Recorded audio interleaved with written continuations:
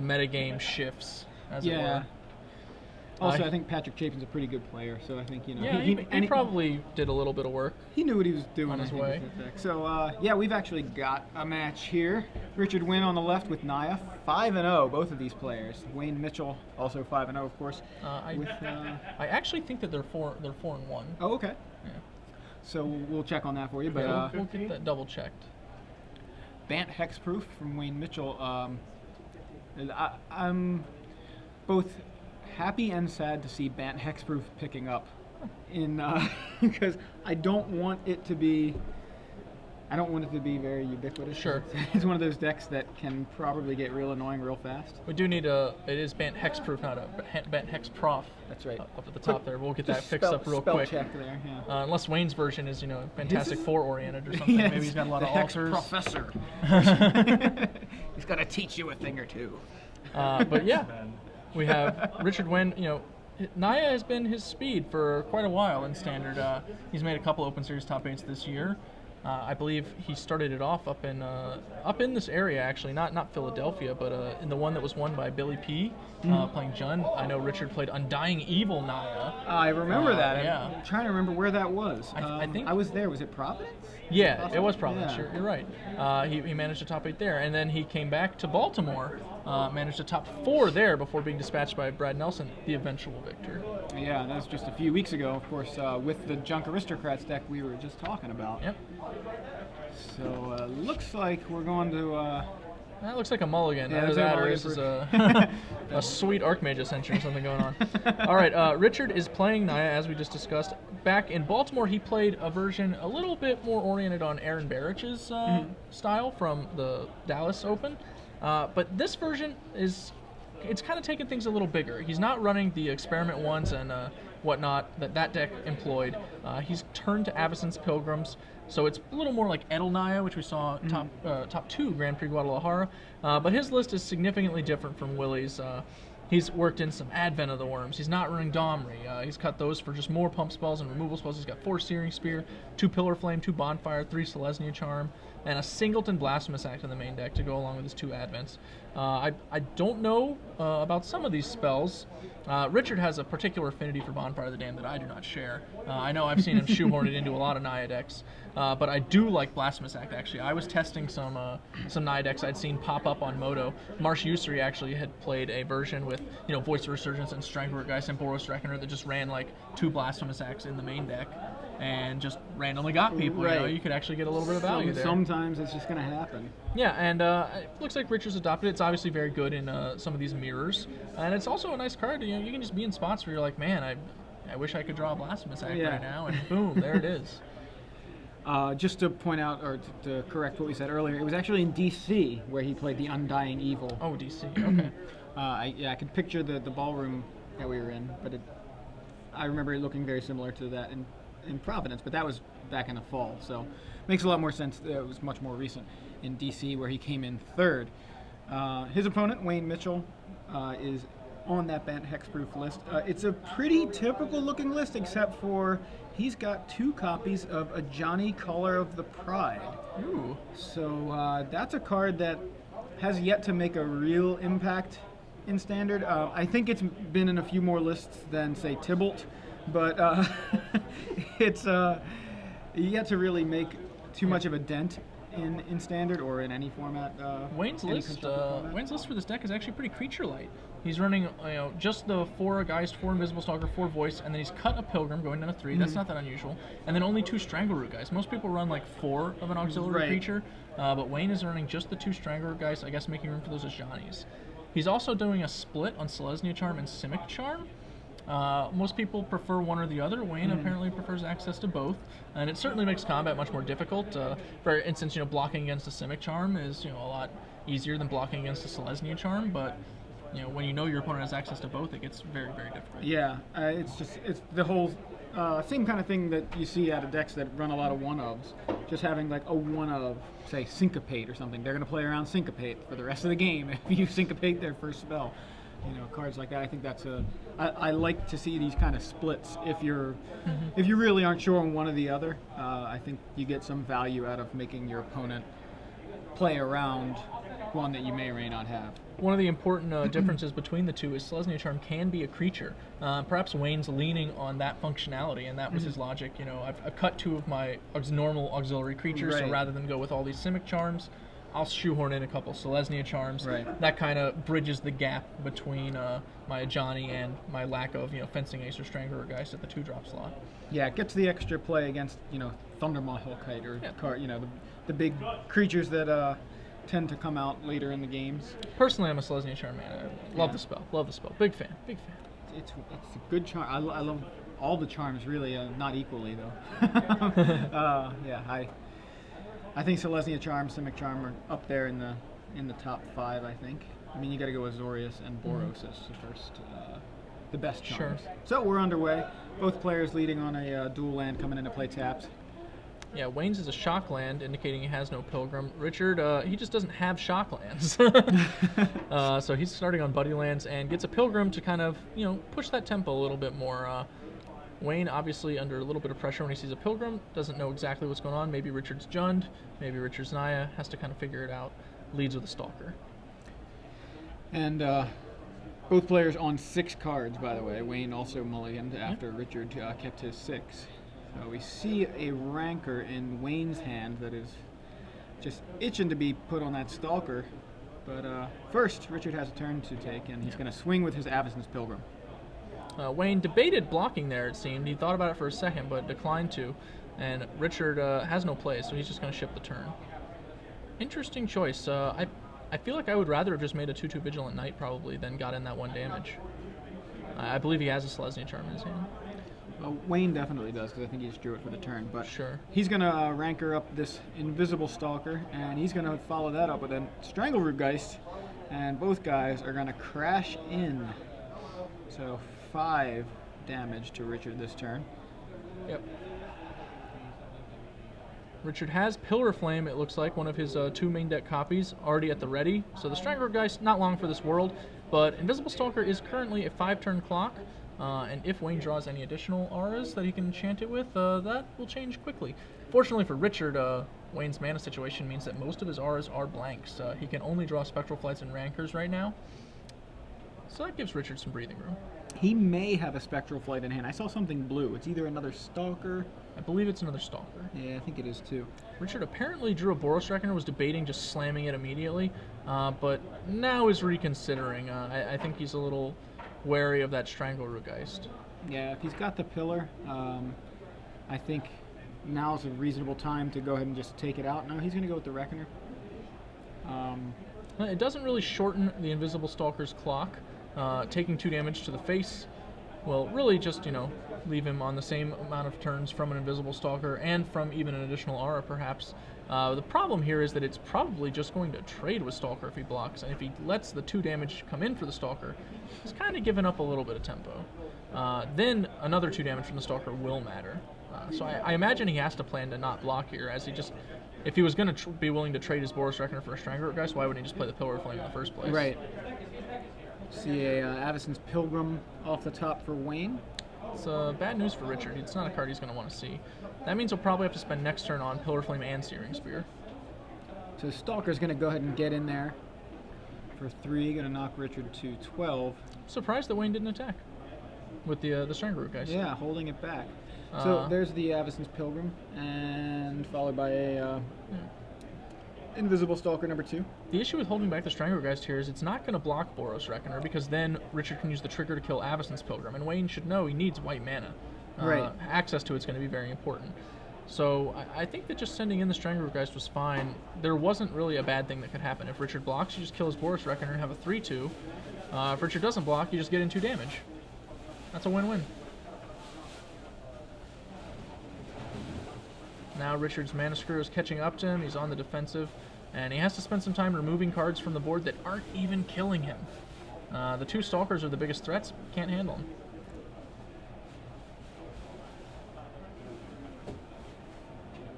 Richard thinking about what he wants to do here. It appears he doesn't have a land drop, or at least the 2nd consecutive turn. Yeah, he's still lacking. Reckoner's going to go ahead and swing. Interesting choice. And it looks like Wayne's just going to take it. at this point, Richard might even be just playing towards that one of Blasphemous Act, as that seems like the most likely way for him to scoot back into this game. Oh, did we draw? We did draw a land. Okay, so there's Temple a Temple Garden. Right. Puts it into play tapped, wisely so. And we'll be Pillar Flaming that Stranglegeist and probably just holding up Searing Spear for the Avacyn's Pillar. Oops, just dropped Thundermaw Hellkite. Yeah. So the Pillar Flame does take out the Strangleroot Geist as Richard accidentally shows a Thundermaw Hellkite. Yeah, important for Wayne to know about it, as now he has to be aware of exactly what Richard's clock is. It's possible he could catch up against these Strangleroot Geists. It doesn't seem incredibly likely. He needs to draw some lands and he needs Wayne to blank, but both of those things could happen. Richard passes. I feel like you really want to kill that Avacyn's Pilgrim. Yeah, he decides not to, and looks like a Geist of Saint Traft off the top for Wayne, just in time to make use of some of that white mana. Yeah, Richard's plan is definitely to just end steps, put that Selesnya Charm in, but we talked about that play on turn 3. Yeah. He had access to it then, and if he had made it then, Wayne would be at 1 more life, but a 2/2 Vigilant Knight would have been attacking pretty much the entire time. Yeah. So that 1 life would have been immediately made up, and Richard also wouldn't be taking time off this turn to cast it. Right. So I think that we saw the 1 damage he made there was probably not worth it. So there you see Geist of Saint Traft hitting the table to follow up the attack from 2 Invisible Stalkers, one with a Rancor, so another 4 damage knocks Richard to 8. That threatens lethal next turn. The Geist Angel token in conjunction with 4 unblockable damage from Invisible Stalker means Richard has to kill Geist, Invisible Stalker, or Invisible Stalker this turn. Yeah. Or he will be dead without a flying blocker. He does have access to Restoration Angel and Thundermaw Hellkite, so he can make one. But the Restoration Angel obviously not going to do it for long. And the Thundermaw Hellkite, I don't think I've ever seen that card enter play on tap before in my entire life. So this would be a first if that was what ended up happening. It looks like he's going to go ahead and, well, he's thinking about either Selesnya Charm or potentially he's got a Searing Spear. I mean, he tapped 2. Going to go with the Spear. We're spearing that Pilgrim a turn too late for it to have done enough, or is he going to the face? Oh, he's going to the face. He's playing to his 1-outer Blasphemous Act, I think. Wayne at 13. Is it Blasphemous Act? It's not. Sun Petal Grove. It's close. It was almost the same thing. Well, from here, all he can really do is play the Thundermaw Hellkite and pass, I think. Or he can Restoration Angel and block, I suppose. He's going to swing. I guess that means Restoration Angel is likely to come down. Yeah, to be fair, the Restoration Angel is much less vulnerable to than the Thundermaw Hellkite, as it can't be Selesnya Charmed. We happen to know via our omniscience that Wayne has a Selesnya Charm, but Richard could still just decide to play around it. It's pretty reasonable. And by doing so, he would, buy another turn, potentially be able to find a kill for Wayne. He won't have lethal even with it. Even if he goes Restoration Angel to chump block this turn, he still doesn't have lethal damage, even if Hellkite goes through unblocked alongside Boros Reckoner, because Wayne will just still be at 2 life, even taking 8. So in with the Reckoner knocks Wayne to 10. Wayne's turn now draws Unflinching Courage. Yeah. Is that what that is? Yeah. Well, yeah. Wayne's probably just going to be tempted to go ahead and drop that on Invisible Stalker. You know what? I can't blame him. That will lock out virtually anything Richard could possibly do except for Blasphemous Act. So that will put Richard legitimately on the 1-outer. No longer playing towards it, now just nothing else he can do. There's absolutely no other out. Wayne, though, still trying to figure out what he wants to do this turn.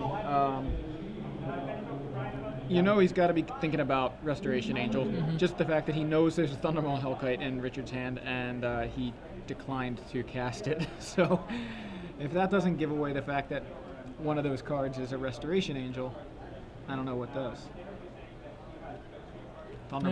This is a close game. I honestly think that turn 3 Selesnya Charm and just going Pillar Flame Searing Spear on Pilgrim and Geist might have actually been enough to win it for Richard. It's tough to say, but based on the draw steps that we've seen, I think that would have worked out. Obviously, Wayne still only has those blue-green lands, so he just wouldn't be able to cast the 3 spells he's drawn since that Pilgrim. Yeah. And that probably would have raced down these Invisible Stalkers. So he's going to go ahead and swing in with both Stalkers and Geist of Saint Traft, of course, alongside an Angel token. Does not cast that Unflinching Courage that we thought he might want to. I'm surprised, but honestly, it makes sense. He's got that Selesnya Charm, so if Richard taps out, he can use the Selesnya Charm to get the same +2/+2 and trample. The reason I actually like the Unflinching Courage in the first place is just because the life gain is a better safety net. Right, to the Blasphemous Act. Yep. So there you see the Restoration Angel from Richard. Richard's going to blink the Boros Reckoner. Or at least he's choosing it as the target creature. Yep. And Wayne looks at his hand. Not really any options there. And so Reckoner blinked, successfully untapped, and looks like Restoration Angel's going to chump block the 4/4 Angel. Boros Reckoner's going to get in front of Geist of St. Traft, and Invisible Stalkers obviously not blocked since they are unblockable. Yeah, now he's going to have to cast that Selesnya Charm now, or just never cast it again. And I imagine he's going to choose for casting it now. Yeah, so here we see him tapping. Will he save his Geist? Or Yeah. go for the Angel to get in more damage? He's going to save his Geist here. I That'll like that. mean he takes 1 more damage. Yeah. But gets in 1 more on Richard as well. Richard will fall to 3. And Wayne will take 3, presumably have the Geist. go to 7. But Richard, has an Absence Program, 4 lands, Thunder Mahokite against an opponent on 7 life. It's not likely to cut it. He can, however, I guess he can peel a Bonfire. That's also a line now. Yeah. So Technically, it was presumably a line before, except that the Unflinching Courage would have gained him a significant amount of life. So it looks like we're resolving combat here, and they're trying to do the. Unless something Well, he should. has gone grievously awry, Richard should be at 3 life. He was at 8, took 4, and then 1 trample. Yeah, I've got 3, and I've got Wayne at 6 because the Geist dealt 4 to the Reckoner. It dealt 3 to the Reckoner, because 1 goes to Richard through trample. Oh, I'm sorry, the trample. Yeah. So it should be 3 to 7.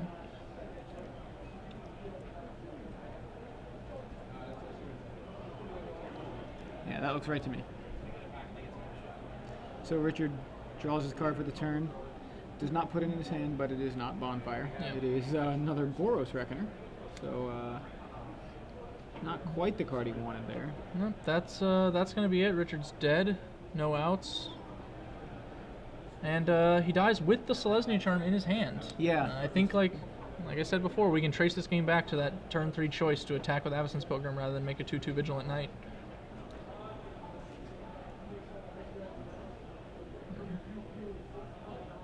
Richard really trying to I mean, at this hang on point, here. his opponent having a stroke is about the only way he could win. So, Stroke of Genius isn't even legal on Standard.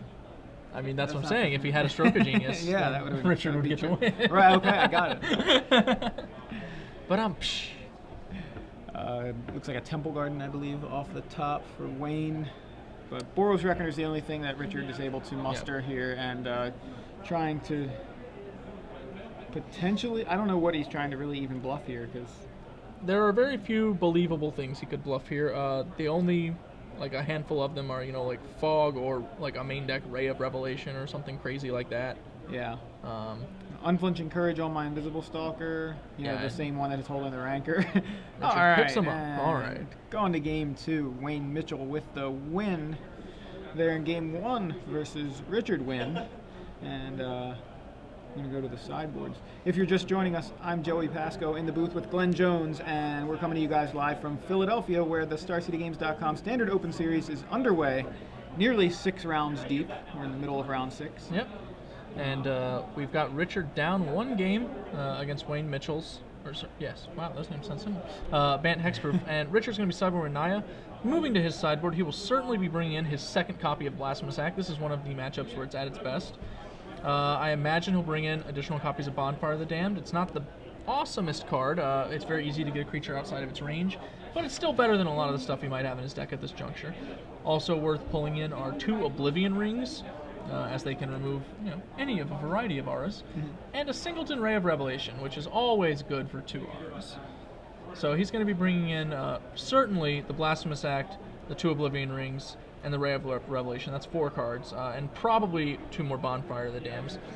And as far as sideboarding out, just looking at the deck, his Searing Spears are pretty underwhelming. The most he can really do with them is remove an Absence Pilgrim or send 3 to the Dome. I'd be cutting those for sure. Advent of the Worm, and Thundermaw Hellkite are both pretty slow. I think I would prefer to cut the Thundermaw Hellkites as far as trimming goes. As Advent of the Worm, you can leave open mana. If your opponent, suddenly adds a bunch of auras, maybe you have that Ray of Revelation and you can go ahead and spend it. Whereas Thundermaw Hellkite kind of locks you in addition to being more expensive. So I think that's where I would go, is cutting the Searing Spears and some, if not all, of the Thundermaw Hellkites. On Wayne's side, he doesn't have a lot of obvious, like, hey, slam dunk, bring this in cards. He doesn't have a lot of bad cards necessarily either. He's got 4 copies of Advent of the Worm. I don't know that that's the direction he wants to go with this, but I feel like it's a nice surprise factor. But I don't really think that that's necessarily something he goes for. He's got Rest in Peace, Sigarda, Rootborn Defenses, Centaur Healer, and Fog. Fog is a card that I feel like he might want to bring it in just to give himself maybe one extra turn, because there's times when he's going to be able to build up a Geist or a Stalker or something, and just needs to survive maybe one more turn against the Naya deck, and Fog might be able to buy him that time, but I'm not even sure of that particularly. Anything that jumps out at you? Honestly, if I'm Wayne, I'm not sideboarding at all. Okay. I think that Wayne has constructed his sideboard pretty reasonably for the matchups that trouble his deck. Primarily, control decks and like heavy control decks, like with edict effects. Right, he's got the Sigardas and the Advent of the Worms and even Rootbound Defenses to deal with. And decks verdicts. like mono red or the red green aggro decks. Those are the decks that are tough. So against those red green aggro decks, he has access to Fog, Centaur Healers. Against Reanimator, he can bring in those 2 Rest in Pieces. Right. This really seems like kind of a nail in the coffin kind of deal, as his deck should be pretty well suited to be Reanimator. But against control decks, he can use this plan that I know was championed by Paulo Vitor da Rosa, a number of the Brazilian guys. They started boarding Rootborn Defenses and Advent of the Worms in their banned hexproof decks, so that when they're paired up against decks like Jund and these control decks, they can just shift gears into being like a real deck, play like a fish style deck and board out a bunch of the auras, so you're not as all in on the hexproof plan. The problem here is that Richard's deck is actually pretty vulnerable to the hexproof plan, and it's totally fine against a bunch of Advent of the Worms. He's got Boros Reckoners and Lockstone Smiters. He's totally fine playing a fair game. So I don't think that Mitchell wants to make that move. If I'm Mitchell, I'm sideboarding very little, if anything. I might bring in one Fog, just because drawing one Fog is going to be pretty sweet in these racing situations, and when I'm on the draw, that's when it's going to be at its best. But when I'm back on the play, I would sideboard up the Fog back out and go back to my starting 60. Yeah, I like that plan. And this is the kind of deck, it's strange to call it this, but it almost feels like a combo deck. It is a combo deck. I mean, it's attacking, but you're really just putting together a combo that's just unstoppable. You've got unblockable guys and untargetable guys, and some that are unblockable and untargetable, and you basically just combo those with enchantments, and that's how you want to win the game. Something that your opponents aren't able to deal with at all. So now I did spot Rootborn Defenses in Wayne's hand, so it looks like he brought that in. It's possible he just wants, defenses against Bonfire. Obviously, I don't think he expects Blasphemous Act, but it works there too. Right. I think that bringing in one, maybe both of those, is also a reasonable line. It's the same kind of thing as the Fog. Sure. In that, seeing one, not going to usually hurt you that much. You should probably be able to eke a reasonable amount of value out of it. The problem is that it really kind of dilutes your deck, and so that's why I'm not a fan of it. But it's a defensible choice. Yeah, that's kind of where I was going with the, referring to it or comparing it to a combo deck where, a lot of times you're just trying to reach this critical mass and watering down your deck with cards that don't work towards your combo can sometimes, put you in a bad position. The Goblin Charbelcher conundrum, if you will. Most players have come to respect the fact that really Goblin Charbelcher probably is a deck that shouldn't sideboard. Right. Because you're not very likely to actually improve your chances to win a game of Magic with it after you start changing that initial configuration. Xanted Storm is sweet and all, but is it actually going to win you the match? No, probably not. It's an 0-1 for a green mana. Come on. Yeah. So Wayne looks like he's going to... he's mulligan to 6. I think it's a hand with no white mana, but some excellent spells. This is where we get to see the kind of man that Wayne is. Right, I see Breeding Pool. I think I saw Hinterland Harbor. And I think I saw Forest. So it looks like Wayne says keep. Yep, I'm gonna live or die. Yeah, by the white mana. I mean, he had trouble with white mana last game too, but he's got 12 sources in the deck. He has the expected number, really. And there you go, right off the top, Hallowed Fountain. It was the right play all along. Yeah, of course. Richard has Avacyn's Pilgrim turn 1. Wayne with that Hallowed Fountain. And, Had it. Yeah. Richard's going to attack for 1. I anticipate Voice of Resurgence being his 2-drop, as that's the only 2-drop in his deck other than Selesnya Charm. Which he obviously doesn't like to play on turn 2. Yes, clearly. Or 3 even. We'll see. Looks like Voice of Resurgence is the play. Alright, so for Wayne's second turn, draws a Ethereal Armor there. This game he's just going to be pretty much probably all in on that Geist from the look of things. You see he's got a Selesnya Charm, Geist of St. Traft, that Ethereal Armor I mentioned, a Rancor. He's just going to try and make a giant Geist and bludgeon Richard to death. However, Richard is on the play, and he has a good curve, so I think Richard has the edge here. Yeah, he's going to get a head start in this race, and he's already attacked for 1 with the Pilgrim, now he's going to attack for 2 with the Voice of Resurgence, going to knock Wayne to 17. And looks like he's got the follow-up in Boros Reckoner. It seems he intends to cast the Restoration Angel, otherwise I don't know why he wouldn't attack with the Pilgrim. Yeah, I was thinking about that too. It's perhaps he'll rethink that decision. He's like, oh man, I should have just cast this Reckoner. Now he's going to pass. So, yeah. I think it was just correct to get in the attack with the Pilgrim and play Reckoner, so I would chalk that up to perhaps an error that Richard, now is like, I don't want to really like. So Geist of St. Traft comes down on turn 3 for Wayne, and Richard ends the turn with that Restoration Angel. And he draws a land, and I imagine we're just land, Thundermaw Hellkite, attack for 10. Yeah. Is this good? Is that good? That will actually, pretty fairly race even an Unflinching Courage. Wayne will have to do better than Unflinching Courage. I don't even think he has access to it, even if he... Right. Yeah. Even if he were to have Unflinching Courage. An additional Thundermaw Hellkite in Richard's hand pretty much all but seals this game. Is he not going to attack with a Voice? I think that would perhaps be folly. That would actually, give Wayne the ability to go untap, like Unflinching Courage, Rancor, actually get in for 6, gain 6 back, and that's not the kind of gain back you want. Yeah, does this math work out the same? Because it puts Wayne to 9, and leaves him with 11, 12, 13. No, this would be enough. And Unflinching Courage plus a Rancor would actually put Wayne back in on the race. We're going to see that Ethereal Armor on the Geist, along with a Rancor. And hey, why not another Rancor? Yep. So this Geist, he's going to attack. It's a big Geist, and it will improve Richard's clock by giving him an Elemental token should he block, which he almost certainly will. And he'll be threatening lethal almost immediately. Yeah, is that a 9-power Geist? Am I doing the math right? Yep, 9 power. Yeah, Wayne will be dead on the next turn, and Richard's play will actually work out just fine. In my math, I did neglect to count the Pilgrim among the lands, so there's really just no way out. Yeah, it's hanging out there with the lands. Yeah, and Wayne does the math, realizes that if he attacks with his Geist, he's actually dead on board. Little does he know, Richard has the Thundermaw Hellkite. He's dead. So he's dead anyway, yeah. So Richard able to get that start that he wants against Wayne's deck, even though Wayne had actually, I think he had a pretty decent start himself. He was just a little behind. He didn't have a turn 1. He didn't have a turn 1 or a turn 2. That's actually pretty dismal against for him. That kind of start. Yeah. That kind of on the draw, he really needs to have a Pilgrim on 1 to make Richard either race it or take the time out of his own development to remove it from play. So those are important. And a Geist on turn 3 against Naya. It hasn't been good since Geist of St. Traft has been legal, really. Right. That's just not where you want to be on the draw. Going back to the sideboard, we can see it does look like Wayne is perhaps adjusting a little bit. Richard is adjusting a lot bit from the looks of things. Wayne, I believe, is just siding in planes.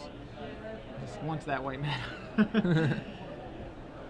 But he had Selesnya Charm, I believe, in his hand. I wonder.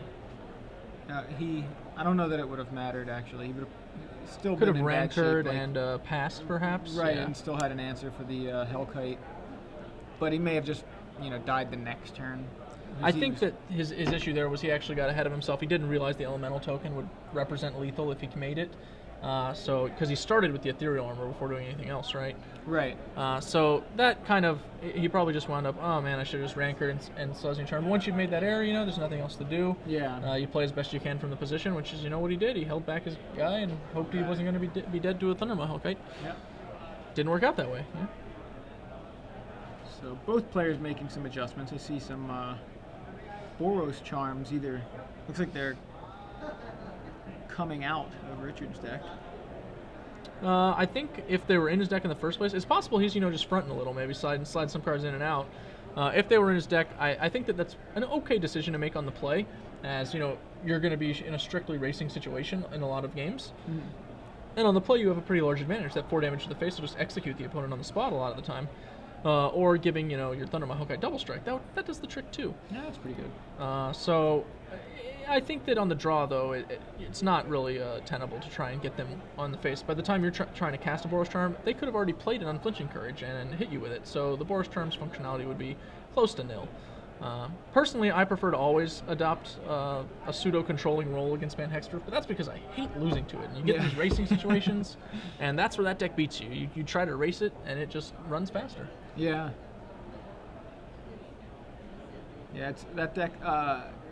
Several different people saying that it's underplayed. I wonder if those people feel like maybe, it's shown up now today on camera twice, at least. I don't think a third time, but Wayne here with it 5-0, so we may be seeing him well on his way to a top 8 berth. We'll see if he can take out Richard Nguyen here in this round. But yeah. Frank Scarron is also on 4-1. That's right. He was the other one playing Van Hextooth. So. And I've seen some interesting lists popping up online, actually. One of the recent ones I saw was being played by Steve Mann online, and it played 4 Predator Ooze. Wow. And replaced the Avacyn's Pilgrims with Arbor Elves, and shifted things around so you were running more forests. And that struck me as a pretty interesting development to the deck. I'm not sure if it improves the red-green matchup, which has been typically the most troubling. Right. It doesn't seem like it's much worse than say Fencing Ace or whatever. In fact, it's probably better. But I imagine the Knight Blitz matchup is significantly improved by Predator Ooze's presence, as he's a pretty big deal against that deck. Yeah. They need things like Firefish Striker or an active frontline medic to escape his clutches. That's another card where you feel like we get this huge influx of cards every 4 months or every 3 months, and there's cards that just stand out to you, but then just never ever really pan out. They'll have these little flashes, and Predator Ooze I feel like is one of those cards where you've seen it, but it's not, it never seems to be a staple or really stand out. But I like seeing it when I do see it.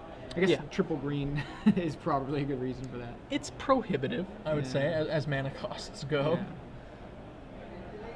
Looks like both players shuffling up, getting ready to go underway here.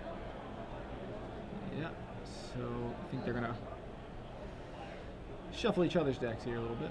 If you're just joining us, I'm Joey Pasco in the booth with Glenn Jones, coming to you guys live from Philadelphia, where the StarCityGames.com Standard Open Series is underway. We're just getting to, say the last 18.5 minutes of round 6. Man, that's a good estimate. How'd you know exactly how much time it Just a guess. You're probably very close. I couldn't tell you. The Man of Steel watching on Wayne's side of the corner. No, he's not watching. He's looking at his smartphone. So. He's there in spirit.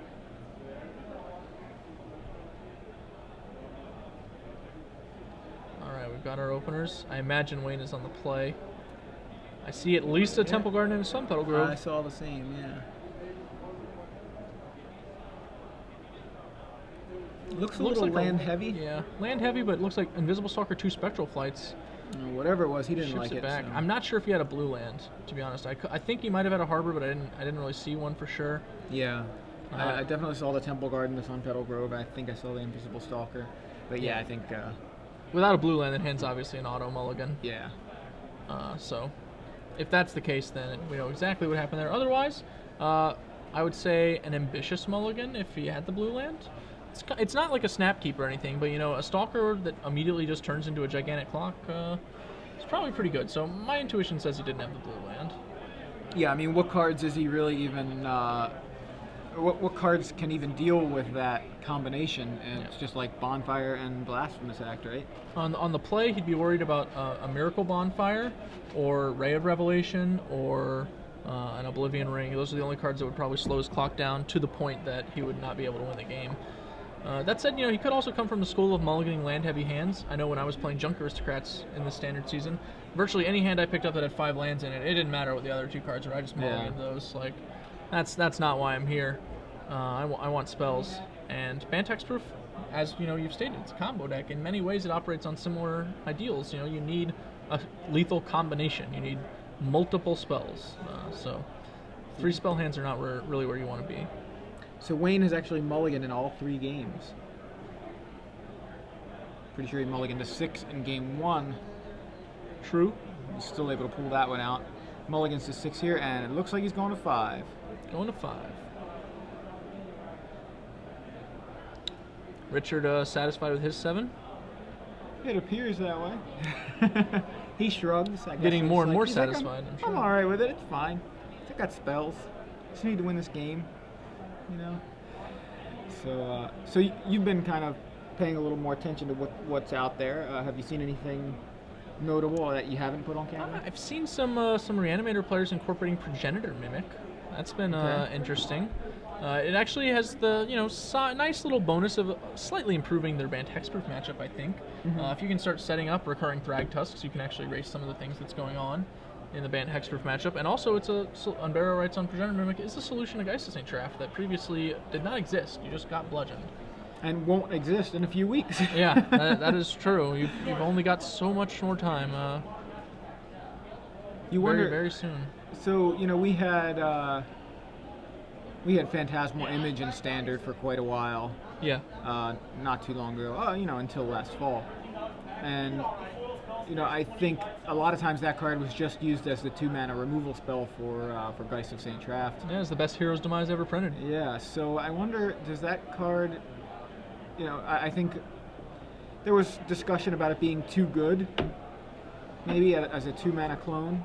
But I wonder if that card now with the new rule change, maybe that opens that up for a reprint. Maybe if, because it's obviously not nearly as good. Yeah. Because it's no longer a removal spell. Under the new rule, I doubt that it would have irked Brian Kibler quite so much. His biggest that's right. complaint was Brian always was that, big. Thrun the Last Troll was such a sweet card, and Phantasmal Image just accidentally invalidated it. It was just the worst thing you could be doing, purely by accident. Was actually the last troll. Goes to 4. I thought I saw a land in that hand, and I imagine a 1-land 5-er with spells is probably better than most of your 4s. It would have had to be a pretty bad 5 to mulligan, even with only 1 land. Yeah. You have to think about your hands from the perspective of how you're planning to improve them. It doesn't matter if a hand is bad if you can't get a better one, or you can't reasonably expect to get a better one. Right. And it's rough here, going to 4 cards. That's a lot of mulliganing. Yeah. I've won mulls to 4. I think I've won 3, somewhere between 3 and 5 in my lifetime. I can't really remember exactly how many anymore. I know for a fact I've never won a mull to 3. So yeah, it's that's apparently where the line ends for me. It's a story. So you get the potential for the old I mulliganed to 4 and won my match on camera. So if Wayne can pull this, I'm gonna root for him here. I'm gonna root for Wayne. Just if any Richard's deck in Standard can mulligan to 4 and kill someone, it's probably Bant Hexproof. I was thinking that something like that, or maybe even a Blitz deck. That has the right kind just of something opening. with a lethal start. You start on turn 1 land elf, turn 2 Geist, turn 3 Peel enchantments. Bam, bam, bam. Here we go.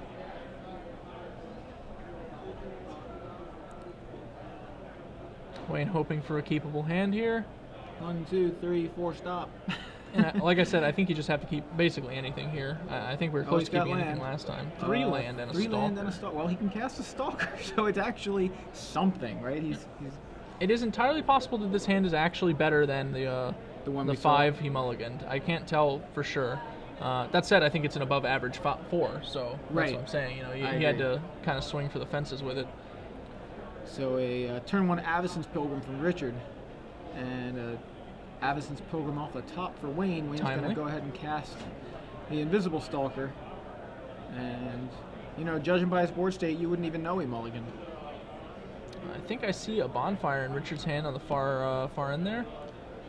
So Didn't catch Wayne it could be in myself. for a world of hurt.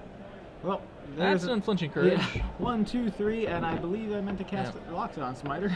Yeah, Richard has actually a pretty distinctive shuffling habit. If you notice, he really wheels his hand around a lot, and he tends to peel cards out of it. It's very easy to get tripped up by your mana cost when you hold your hand in such He's a already fashion. shown his opponent a Thundermaw Hellkite and an Unflinching Courage that he did not mean to cast in this match. So there you see Avacyn's Pilgrim from Wayne to follow up that Smiter from Richard, and Wayne down to 1 card. Did you happen to catch what it was? No, I did not. Okay. So, Richard, I imagine, will just be casting Bonfire of the Dam this turn. I see the Bonfire now right in the middle. And The only real question is whether he takes a shock to play Avacyn's Pilgrim or attack for 1, or if he just casts the Bonfire. It looks like he's just going to cast it. Yeah. So Attack first. No?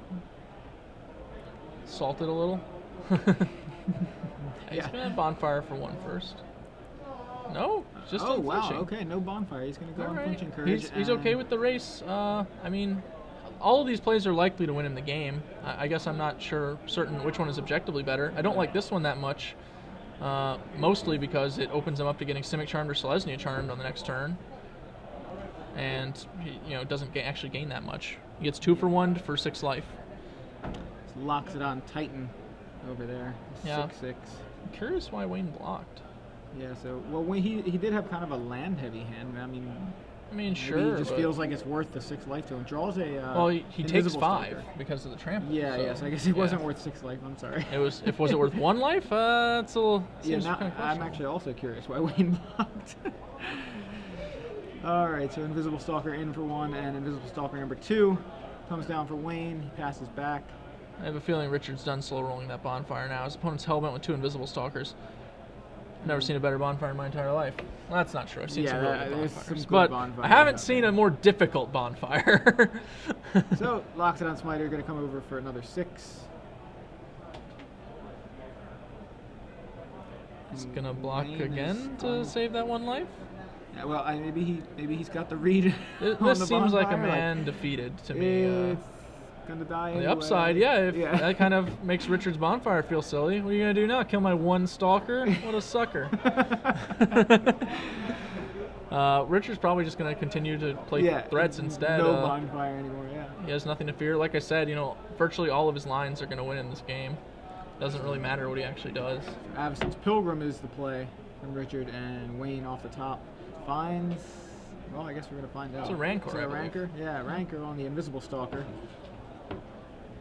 Not very impressive when your opponent is at 26. And a Restoration Angel gives Richard lethal damage on the board. Wayne yeah. packs it in. Felt like he was pretty much just waiting to die in that game. Didn't really put a lot into it. Extends the Mulligan to hand 4, immediately after, though. Good sport. I don't know, like that.